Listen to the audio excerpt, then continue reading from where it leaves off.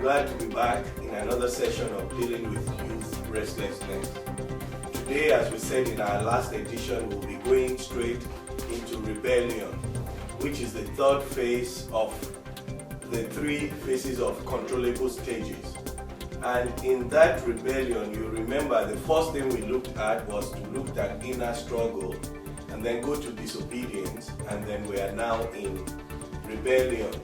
I want you to understand that rebellion is an attitude that young people develop because of disobedience.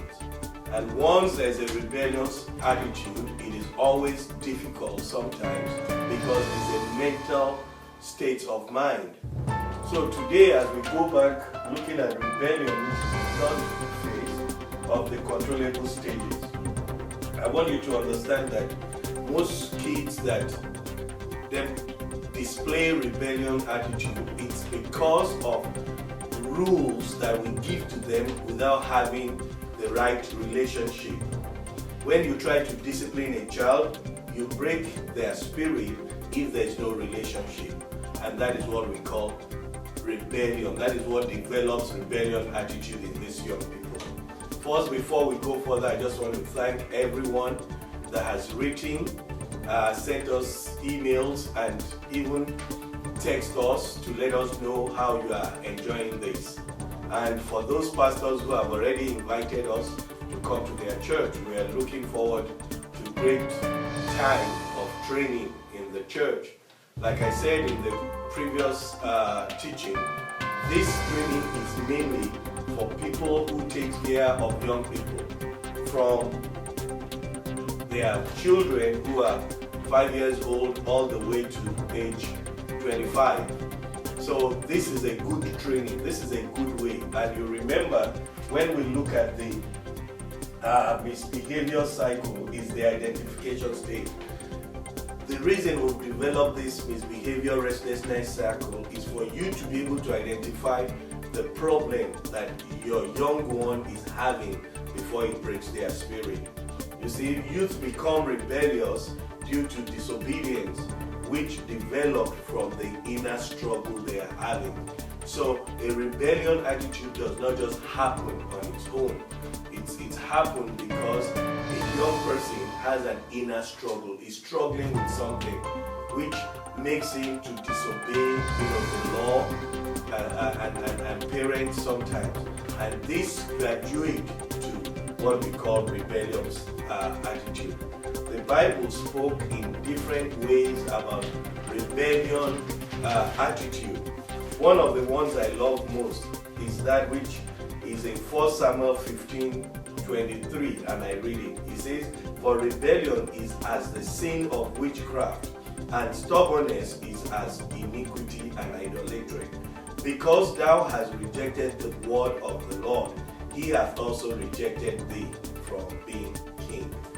You see, this is very important that we understand that if a rebellion attitude develops in a young man, this is considered to be like the spirit of witchcraft, which is controlling spirit.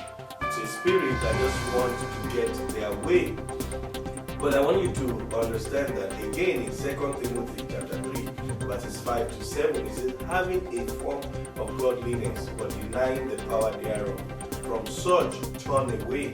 For this is such are they which crept into houses and lead captive silly women, laden with sins, and led away with divers lusts." So when you see a rebellious spirit, because like I said at the beginning, it's a mental problem. It's not a heart issue. It's in the head. They create an idea that you don't love me, so I'm not going to do what you ask me to do. That's a rebellious spirit, which in a nutshell, I give the definition of a rebellious spirit as rules without relationship. You see, when we try to discipline our young ones and we don't have the relationship with them, this is what actually breaks their spirit. Discipline with clear relationship raises a God-fearing young person. As Paul has cautioned, and he cautioned parents in Ephesians chapter 6, verse 4, it says, "Fathers, don't overcorrect your children or make it difficult for them to obey the commandment.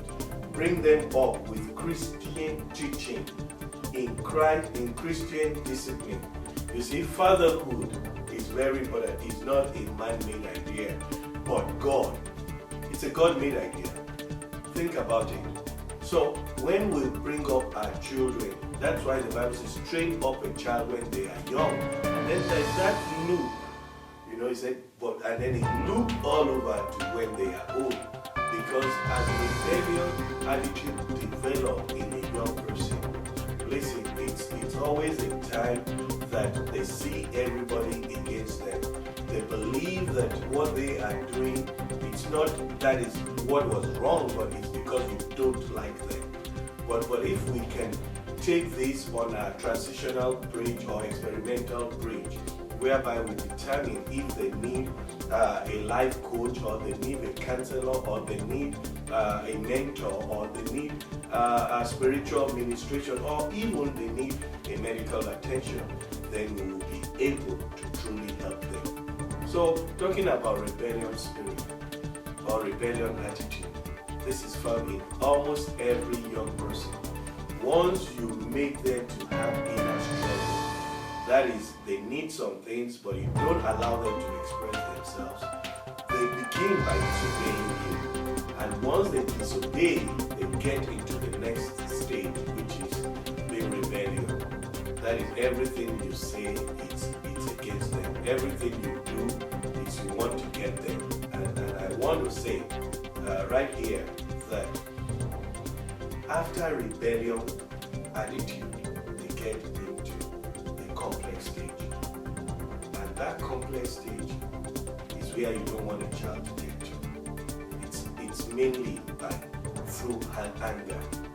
They operate through anger. And sometimes they may be joking, or they may be playing with their peer, and suddenly they flare up. Because it's a very complex stage in a young man's life. I'm going to stop here today. Next time we come in this same channel, dealing with youth restlessness, I'm going to go and show you the practical attitude that you can use to identify your young people. When you see certain things they demonstrate, certain ways they do things, you can easily know that they are operating in either disobedience, rebellion attitude, or there's a struggle inside of them. At that point, don't let them go further. Stop it. Help them. Get help. That's why I'm doing this, because this is important. I'm really troubled with what is going on with the young people all around. Too many of them are in the jail, and it's not because they want to be there. It's because the society, especially the church, has failed them. So I ask you today, pastor, parent, what will you do about this young people? Let's come together as a family. Let's come together as a church of God. Let's come together as one and help this young people. Thank you for listening again. Let your email come in, and your letters and your text. We really appreciate it. I'll see you again right here, this same station, this same time. God bless you.